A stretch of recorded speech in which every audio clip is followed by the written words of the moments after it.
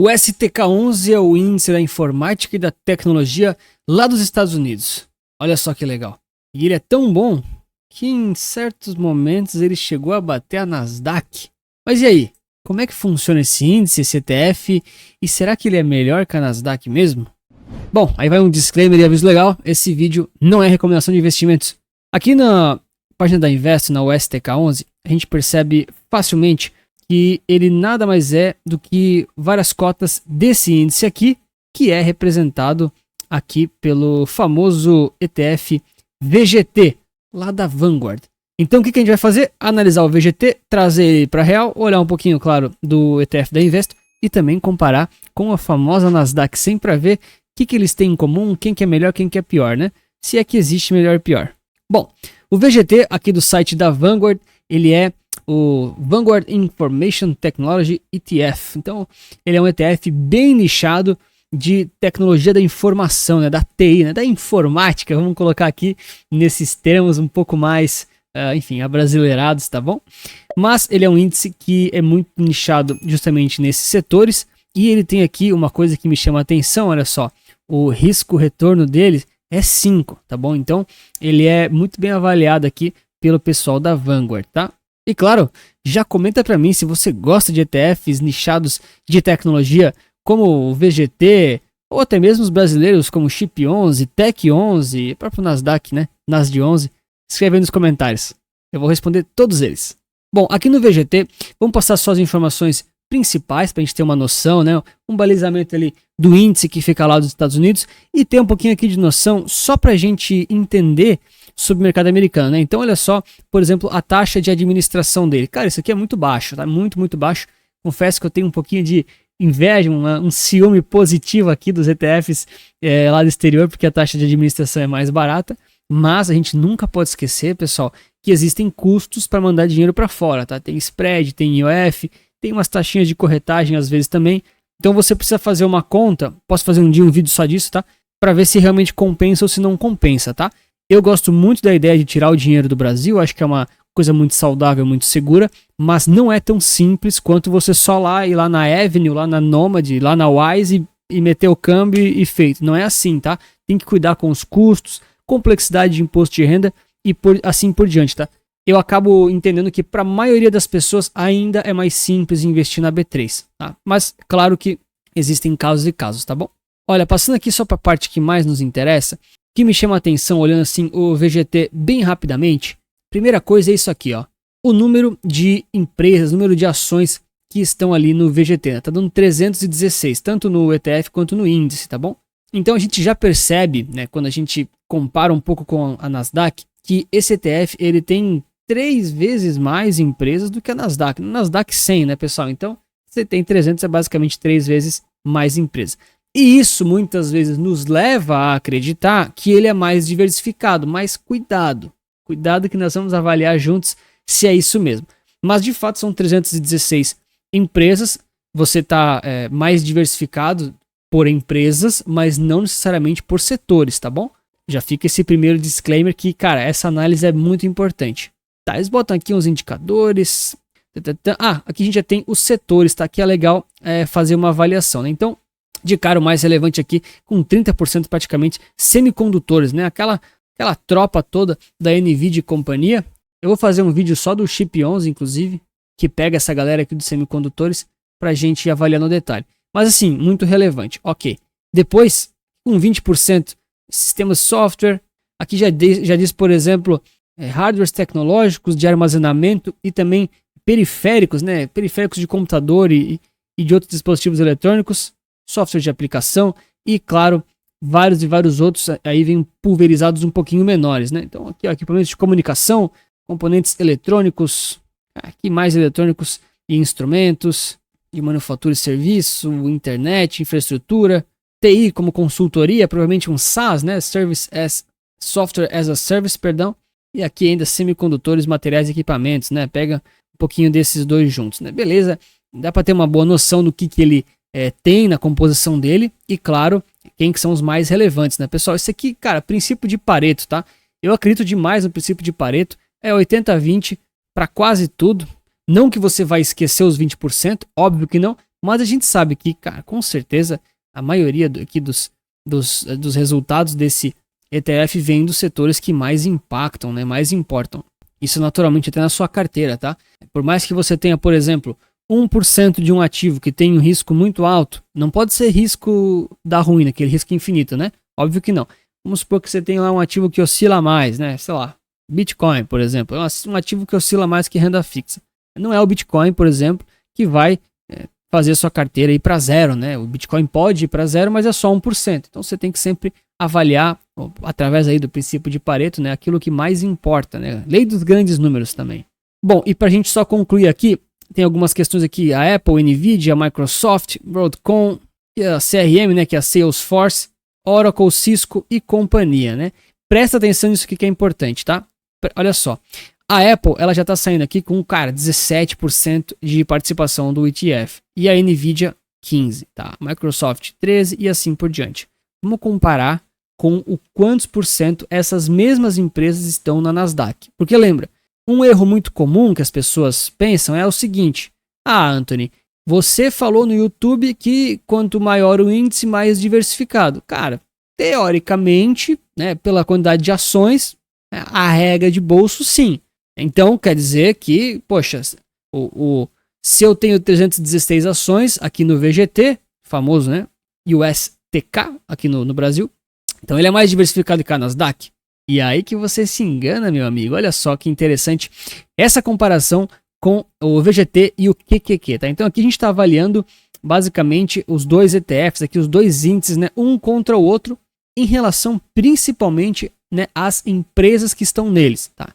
Então pensa, a Nasdaq tem só 100 empresas, o VGT já tem 300 e poucas. Ok, e é verdade, assim, se alguém me perguntar assim, sem o detalhe, né, se alguém fizer um comentário no YouTube, Anthony, quanto mais empresas no ETF, mais diversificado ele é, cara, tende a ser mais diversificado. Só que qual que é o problema?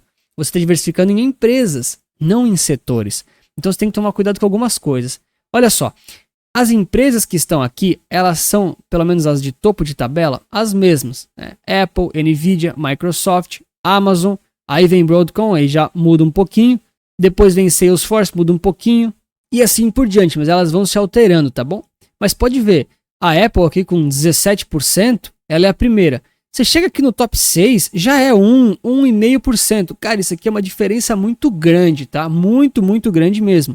Já aqui, por exemplo, na Nasdaq, a Apple tá com 8%. É bastante também, tá? Mas olha só, é praticamente metade aqui, né? Vamos arredondar as contas. Pô, a Nvidia aqui, cara, um pouquinho mais da metade, né? Então, do 8 para o 4, né? Ou dos 8, 9% para 3, percentualmente, é muito menos do que 17 para 1, 17 para 2, entende? Então isso aqui é um sinal muito interessante para a gente, não que esse índice é ruim, tá? Ele é um bom índice, ele tem ótimos resultados por sinal, mas isso aqui diz para nós como esse ativo vai se comportar em relação às empresas que estão dentro dele, entende? Não é só comprar porque está subindo, vamos entender um pouquinho como é que ele é composto. E aí, por ele ter uma concentração maior dessas empresas maiores, naturalmente elas vão influenciar mais nele, ou seja, naturalmente você tende a estar menos diversificado por conta dessa concentração. Não é que isso é bom, nem que isso é ruim, isso é só um fato. E, cara, talvez tenha um momento disso na sua carteira. Até o final do vídeo eu vou explicar como é que eu usaria isso e o porquê que eu não gosto tanto assim dele, tá bom? Já tô deixando spoiler, mas não porque ele é ruim, porque ele não faz muito meu estilo de investimento, tá? São realmente estratégias e opiniões. Bom, e aqui só para a gente concluir a questão da Nasdaq versus o VGT, olha só que interessante, né? Isso aqui, cara, isso aqui é espetacular. Na moral, isso aqui vale seu like e a sua inscrição, tá? Olha só, a gente tem o QQQ e o VGT, de novo, um do lado do outro, mas o que eu quero que vocês olhem aqui comigo é justamente aqui, ó, Sector Breakdown, né? A composição dos setores aqui quebrados e divididos. Então, quando a gente olha o VGT, a gente percebe que tem Electronic Technology e também tem Technology Services, né? Eu sei que isso aqui é segundo a própria classificação aqui do ETF Database aqui, né? Desse site. Mas o ponto é que ele classifica igual as empresas em vários ETFs, tá? Então, o que a gente percebe facilmente? E o QQQ, olha como ele tem mais setores, né? Ah, Anthony, mas olha aqui, ó. O VGT também tem setores aqui no cantinho. Mas, galera, isso aqui é muito pouco. Lembra da lei de Pareto? Lembra da lei dos grandes números? O que vai tocar a vida do VGT com toda certeza são esses dois aqui principais. O azul e cinza, acho que é cinza, né? Eu sou meio daltônico, tá? Sempre falo isso nos vídeos para o pessoal não ficar nos comentários xingando. Mas beleza, e são os mesmos que tem na Nasdaq, tá bom? Então, de fato, na Nasdaq eles também são grandes, eles também são relevantes. Só que percebe como aqui eles representam juntos alguma coisa como 60%, um pouquinho mais, né? Já aqui no VGT, cara, é 95%. É muito relevante, entendeu? É muito relevante. Então você, quando compra VGT ou quando compra o STK11, você naturalmente está mais exposto a esses setores. Então não necessariamente você está mais diversificado. Você está diversificado em empresas daquele setor, mas não em setores, tá bom? E aí é estratégia. A Nasdaq ela é um pouco mais neutra, um pouco mais branda em termos de setor de tecnologia, tá bom? Já o VGT não, ele é mais nichado e são estratégias. Ainda assim, ele é mais diversificado do que o Tech 11 ou do que o Chip 11, né? Naturalmente, porque ele tem mais empresas também. Na comparação de performance, eu vou fazer no gráfico que fica mais fácil de ver. Ah, Anthony, mas quem investiu em VGT ficou rico? Olha, pessoal, não sei, depende de muita coisa. Mas eu sei que se você deixar o like e se inscrever no canal, a chance pode aumentar exponencialmente. Bom, então analisando aqui na Investo as informações que ela nos dispõe sobre o USTK11, ele basicamente replica aquele índice, né, como eu mostrei aqui para vocês, dentro do próprio ETF, ele vai lá e compra o VGT, né? Basicamente aqui tá com, olha só, 99,99999, né, por cento de cotas, então ele vai ser o VGT junto com o câmbio, tem que lembrar disso, isso é importantíssimo, vai variar com o câmbio. E aqui a gente tem as informações mais relevantes, né? A taxa de administração 0,30%, a mesma do NAS de 11, e aqui o patrimônio líquido bem tranquilo, bem aceitável também, tá certo? Questão legal aqui o tamanho da cota, né? Olha só, uma cota relativamente acessível para o pessoal poder fazer a gestão ali nos percentuais da carteira. Aqui aqueles detalhes de sempre, 15% sobre ganho de capital é o imposto de renda. Esse é um ETF de total return, ele não paga dividendos, ele reinveste automaticamente. Liquidação aqui em D+2 e não tem come cotas. É um ETF, investimento que a gente gosta muito, porque ele é eficiente, inteligente e diversificado. E claro, é muito barato, né? Longo prazo aí, isso tende a ser muito bom para os investidores. Aqui a gente tem as composições, né? Vai seguir muito aquilo que a gente já viu, tá certo? Então, as mesmas empresas ali. Claro que os percentuais eles mudam um pouquinho, né? Às vezes tem uma atualizaçãozinha de um dia para o outro, ou de uma semana para outra, mas não tem problema. E claro, a gente quer comparar ele com a Nasdaq, mas primeiro fazer uma avaliação no gráfico. E para comparar ele no gráfico, vamos aqui ó, em panorama. Aí no link da descrição deve ter um panorama resultado capital. Você só coloca aqui os seus dados básicos, você já vai acessar aqui ó, gratuitamente. Olha só o panorama resultado capital para você poder fazer as análises junto comigo. Isso aqui é grátis, tá bom? É só botar os dados ali que você terá acesso a tudo isso. Bom, antes da gente comparar os dois ativos um versus o outro, vamos só fazer uma avaliação um pouco mais pontual aqui do nosso USTK11, que ele é um ETF que é um pouco novo, né? E eu sempre falo isso nos vídeos porque tem muita gente que não sabe dessa possibilidade, né? Dessa funcionalidade. E eu tento passar um pouquinho do meu conhecimento para vocês, galera. Porque, cara, isso aqui é o tipo de coisa que, sei lá, o pessoal não fala muito por aí e pode te ajudar bastante. Então, como é um ETF muito novo, o STK11, ele não tem dados para trás de 2022. Então é um pouco ruim a gente simplesmente ficar analisando isso aqui, é muito pouco, né? O que eu faço? Sempre coloco o ETF original, que é o VGT, e multiplico pelo dólar. Ou seja, a gente pega a variação dele e multiplica pelo dólar, que é R$5, R$6, R$7, R$10, e assim por diante de forma dinâmica, tá bom? Então no gráfico funciona assim, e isso nos permite avaliar, olha só, um retorno histórico que ele é calculado, tá bom? Não é que isso aqui estava disponível, mas teoricamente se você comprou aqui atrás, você estava exposto a essa variação do câmbio, né? Se você mandou dinheiro para fora e assim por diante. Bom, então avaliando aqui, é óbvio que ele subiu bastante, né? Qualquer um consegue ver, não tem muito segredo, né? Mas o que eu quero muito ver, primeira coisa de todas, é aqui o retorno em janelas móveis, né? Tem vídeo ensinando isso aqui no canal, vou ser um pouco mais rápido aqui, tentar respeitar ao máximo o tempo de vocês que me assistem e me prestigiam. Colocar aqui os 50 períodos do ROC e a gente vai fazer a variação porque está no gráfico semanal. Vou deixar na escala logarítmica para ficar um pouquinho mais bonito de vocês verem, tá? Mas o foco mesmo aqui é nas janelas móveis aqui de baixo. Lembra que aqui a gente está tendo a contribuição do dólar junto, tá? Então, sempre que o dólar sobe, o câmbio ajuda bastante. Só para vocês terem noção, vou deixar o VGT aqui embaixo, somente como título de curiosidade, né? Para a gente ver, cara, a diferença que faz o dólar, né? Opa, perdão. Olha só a diferença que não faz o dólar aí no longo prazo, né? Cara, é assustador, cara. É assustador mesmo. A coisa aqui de pegar 10 anos aqui, né? Olha só, cara. É coisa de 500, 600% vira 1.500%. Cara, é muita coisa mesmo. Não dá para desprezar. Hoje em dia não dá mais para você desconsiderar ter ativos aí ligados ao dólar, né? Atrelados ao dólar na sua carteira, claro. Tomando cuidado aí com a sua exposição, perfil de risco e assim por diante. Mas é bom você se programar, fazer os cálculos e tentar se expor assim também de forma saudável. Bom, então olhando aqui o retorno em janelas móveis, né? O que é essa linhazinha aqui de baixo? Ela nos diz, basicamente, de 12 meses aproximadamente, o quanto que ele estava retornando positivo ou negativo naquele dado momento. Tá? Então, o que a gente percebe? Em janelas móveis de 12 meses, por exemplo, aqui em 2008, que teve uma crise braba, ele deu menos 30%. Pô, interessante. Resultado negativo, né, Anthony?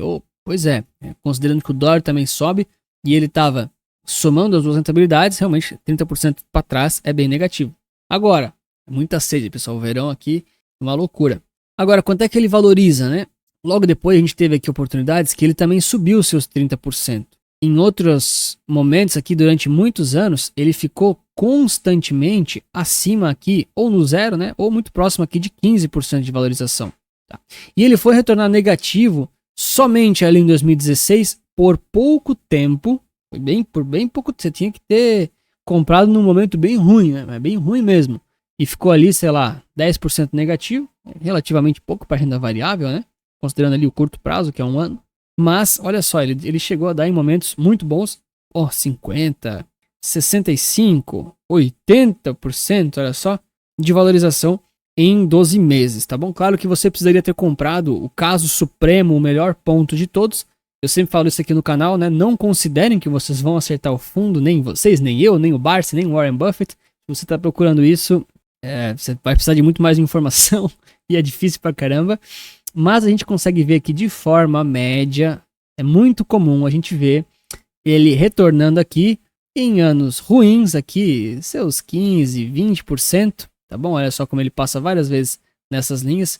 Em anos melhores aqui, algo próximo a 35, 40%, tá? São números médios, assim, uma média no olho, tá bom? Ah, Antônio, como é que você vê isso? Aqui, ó, tentar desenhar, vou começar a desenhar mais nos vídeos, né? O pessoal nunca pede isso, não sei se conseguem entender o que eu falo.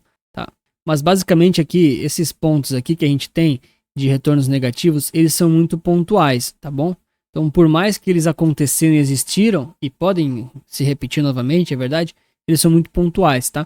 A grande média das vezes, ele ou fica nessa linha aqui assim, tá bom? Que é algo próximo aqui a 10%, ou mais ou menos nessa aqui, tá? Que já tá beirando aqui praticamente os 40%, tá bom? Então, eu considero muito mais essas regiões aqui como um possível retorno para você.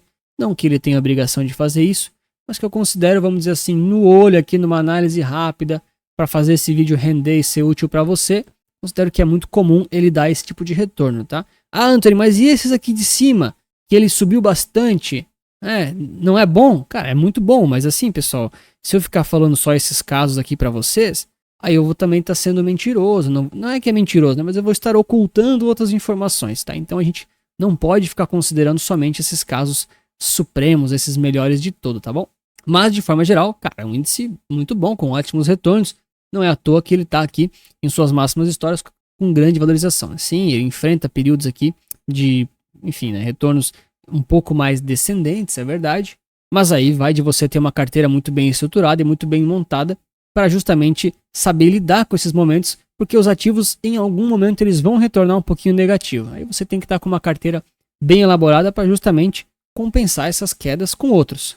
Inclusive, se você não tem uma carteira de investimentos focada em ETFs comprados no Brasil de forma inteligente e diversificada, eu ofereço as minhas tanto aqui para crescimento de patrimônio ou então para renda passiva, de forma que eu ofereço aqui para os clientes as carteiras montadas, diversificadas e muito bem organizadas. Tem um link aqui embaixo na descrição com tudo explicado, tem o vídeo.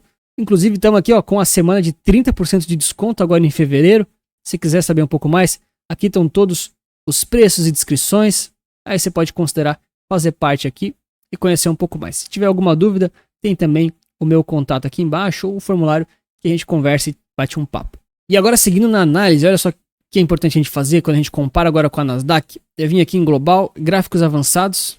Aí tem um desses gráficos aqui que está com o ROC e com o CC. Que CC é Correlation Coefficient, tá? É para a gente medir a correlação de ativos. Então, olha que legal. Você coloca aqui, ó, VGT. Aí você vem aqui, ó, e muda. Tá o Google. O Google como padrão, tá? Tinha que botar ficou o Google. Aí você vem aqui, ó, QQQ.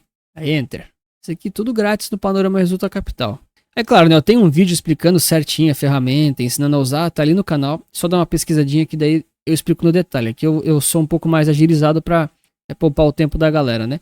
Mas quando eu coloco então o VGT aqui na tela, agora eu não preciso avaliar muito o retorno em dólares, em reais ali, tá? É só analisar o índice em si. Quando eu comparo aqui com o QQQ, né, essa questão da correlação, vocês percebem que ele está praticamente no talo em 1. 1, tá? 1 é a correlação perfeita que a gente chama, né? Quer dizer que toda vez que um ativo vai para aquele lado, o que eu estou comparando, no caso a Nasdaq, ele vai para o mesmo, tá bom? Às vezes um dos ativos pode ir 1% e o outro pode ir 2%. Às vezes um pode ir 1 ou o outro 0,5%, mas eles vão para o mesmo lado, para a mesma direção. Essa é a correlação perfeita chamada de famoso 1, né? E a gente percebe que na média o VGT e o QQQ, cara, eles estão aqui muito, muito próximo de 1, né? Cara, assim, muito, muito próximos mesmo, né? Tudo bem, em alguns momentos chegou a ser 1, mas aqui ele é 98, cara, 95 ele já nem é mais do que isso, tá? Isso em janelas semanais, tá bom? Por quê? Porque as empresas ali dentro, elas são muito parecidas, são dos mesmos setores ali, a maioria, algumas se repetem, inclusive. Então, naturalmente, o setor ele tende a andar junto, tá?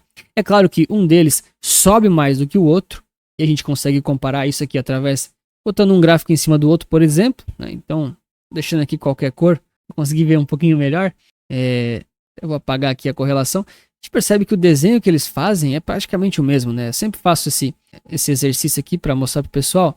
A gente só troca a escala. Coloquei duas escalas separadas agora, então os percentuais são diferentes, mas olha só, os topos e os fundos são perfeitos, tá? São perfeitos, intercalados. Os mercados andam iguais, tá bom? Claro que um anda um pouquinho mais que o outro, mas eles são ultra correlacionados, tá? Ah, Anthony, então quer dizer que um é melhor que o outro, um é pior que o outro, qual que é melhor? Cara, vamos lá, primeira coisa de todas, não é que um é melhor que o outro, é que eles andam juntos. Então, o primeiro cuidado que eu tomaria aqui, e que eu não gostaria muito de fazer ou de ter, sim, na maioria dos casos, tá? Eu não vejo sentido, é você ter esses dois ativos na carteira. Por quê? Porque eles tendem a andar muito parecidos, tá bom? A não ser que você faça uma estratégia muito avançada, fazer o VGT dividido pelo QQQ, né? Que ou você vai fazer tipo não é que você vai fazer um long and short, né? Mas você vai tentar ficar arbitrando esses dois índices, mesmo estando comprado nos dois. Mas assim, eu acho muito complexo isso aí para a maioria das pessoas, tá? Nem eu faço isso nas carteiras recomendadas da Resulta Capital. Não dá, porque isso aqui exige um certo giro, existe uma gestão ativa. Então eu acho um pouco complexo e desaconselhável, eu diria, tá bom? Então você tem que refletir e pensar, poxa, gosto desses investimentos dolarizados, gosto de ações, tenho perfil de risco. Você já fez um processo de suitability, você sabe que está de acordo com os seus riscos, né? Beleza. Então você tem que se perguntar qual deles você vai querer comprar. Eu não vejo sentido ter os dois, tá? Eu até entendo, em alguns casos, tem mais casos que eu não fico falando aqui no vídeo, tá? Até entendo que dá para ter. Mas, de maneira geral, eu acho um pouco complexo fazer a gestão disso, tá bom? Para a maioria das pessoas. Então você tem que decidir qual que você se interessa mais, tá certo? Lembrando, ambos são índices muito bons, mas a gente sabe que o VGT ele tem um peso maior desses caras aqui. Então, quando essas large caps vão muito bem, como foi o caso aqui, galera, desses últimos meses, desses últimos anos, a gente sabe que elas carregam esses índices para cima, tá bom? Vou botar aqui só o TEC 11 para a gente comparar junto uma questão, não é TEC 11, é FNGS, que eu estou comparando tudo em dólares, tá bom? Vou deixar ainda o SMH, que é dos semicondutores. Por quê? Só pra gente comparar aqui uma questãozinha importante pra gente ver, tá? Só pra vocês entenderem uma questão. Então, o que a gente tem aqui na prática? Vou começar a dar mais um. Não sei se o pessoal consegue ver. Eu peguei aqui últimos 5 anos, tá bom? Só para vocês entenderem o quanto as empresas de chips e semicondutores, que é o SMH, e o quanto as empresas ali, as maiores de tecnologia como Apple, Amazon, Nvidia, essa trupe aí, Alphabet, né, que é o Google, e dentre outras, elas tiveram uma valorização explosiva, tá? São essas duas linhazinhas aqui de cima. Essas duas são essas maiores empresas desses setores ultra nichados, que estão, de certa forma, dentro do VGT e dentro do QQQ. Mas elas estão mais presentes dentro do VGT, ou seja, o VGT é puxado para cima, tá bom? Aí você vai falar assim, Antônio, mas isso aí é profetas do passado, você está lendo um gráfico parado? É verdade, eu estou lendo um gráfico parado porque essa aqui é uma análise para o YouTube, né? Eu não vou ficar fazendo aqui recomendações e projeções que eu coloco, por exemplo, dentro da comunidade paga, até porque eu tenho respeito pelos assinantes. Mas fica aqui uma lição, um conhecimento, né? Se eu puder compartilhar aí com a jornada de investidores de cada um. O QQQ, de fato, ele é um índice mais neutro, vamos dizer assim, em termos do setor de tecnologia. Então, a contribuição que essas empresas têm, ela é um pouco menor comparado ao VGT. Ou seja, por que eu, Anthony, não gosto do VGT como um ativo core da minha carteira, como uma estratégia principal dela? Porque ele tem muito peso nessas empresas. E, na minha opinião, isso é um pouco problemático. Porque eu sou um cara que gosta muito de investir em ETFs, índices passivos e os principais índices globais do mundo, como o S&P, o próprio Bitcoin, né? Nasdaq também, dentre tantos outros. Eu gosto de investi-los como core, do tipo, eu vou comprar e vou ficar muito tempo comprado nesses tipos de ativos. Eu posso aumentar, eu posso diminuir a minha exposição, mas eu vou evitar zerar totalmente. Por questões tributárias, imposto, evitar ficar girando eles muito na carteira. Então, os ativos que eu mantenho por muito tempo, por uma estratégia tributária, eu gosto que eles sejam mais neutros. E aí, nos momentos que eu vejo ser útil no mercado, ou que me permito, né, ali pela carteira, pelas condições macroeconômicas, tem uma série de condições, tá? Ter um peso um pouco maior em algum tipo de setor mais nichado, como, por exemplo, as FANGs, ou semicondutores, ou, cara, jogos, cara, commodities, qualquer setor, banco, qualquer setor. Aí sim eu vou no ETF bem nichado, bem específico e utilizo ele como um setor de satélite lateral não, né? Orbitando ali a carteira, mas não sendo tão relevante e não levando ele para sempre. São coisas mais pontuais. Tentando ali me aproveitar desses possíveis bull markets aí sazonais de setores bem nichados, tá bom? Não consigo acertar sempre? Não consigo. Não sei o que vai acontecer amanhã, não tenho bola de cristal. Então, eu prefiro justamente ficar posicionado de forma mais consistente nos índices e aí nos momentos certos, aí sim eu faço exposições pontuais, claro que em grau muito menor, nesses setores mais nichados, tá bom? Porque eu não estou preocupado em pegar essa valorização inteira aqui. Tá? Do SMH, por exemplo, agora é muito fácil falar que ele subiu 211%. É muito fácil, está escrito na tela, entendeu? Mas e se ele cair, por exemplo, aqui 50%? E eu estou posicionado pesado nisso aqui? Aí não dá, aí a carteira é muito risco, entendeu? Eu não trabalho dessa forma, mas eu entendo, para quem tem muita aceitação de risco, né, e tranquilidade, e sabe o que está fazendo, eu entendo que são bons investimentos. Mas, como eu acabo tendo que gerir as carteiras para os clientes ali, né, toda a questão ética e gestão de risco por trás, eu preciso trazer soluções que elas sejam um pouco menos voláteis, um pouco mais consistentes.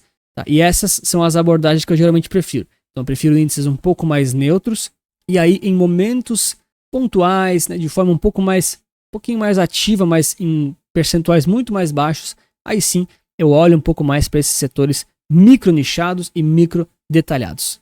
Então, novamente, o VGT, o próprio STK, são bons investimentos? Claro que são bons índices, são muito bons, dolarizados, setores muito interessantes, setores que cresceram muito e provavelmente vão crescer ainda bastante. As maiores empresas do mundo, né, pessoal? As empresas com maior moat, as mais... Não vou dizer que são as mais difíceis de quebrar, né, mas é muito difícil de uma empresa que é a top 1 do mundo quebrar hoje em dia, né? Existem várias situações ali que ela está à frente do mercado. Então é um índice muito interessante e eu não tenho nada contra, né? Apenas pela minha filosofia de investimentos, pela forma como eu tenho que conduzir também, de forma um pouco mais pública e registrada, eu acabo preferindo outros métodos, tá bom? Espero que você tenha gostado disso. Estou deixando aqui recomendado o vídeo do Tech 11 e também do Nasdaq 11 para você saber um pouquinho mais. E muito obrigado pelo seu like e inscrição. E lembre-se que investir certo resulta capital.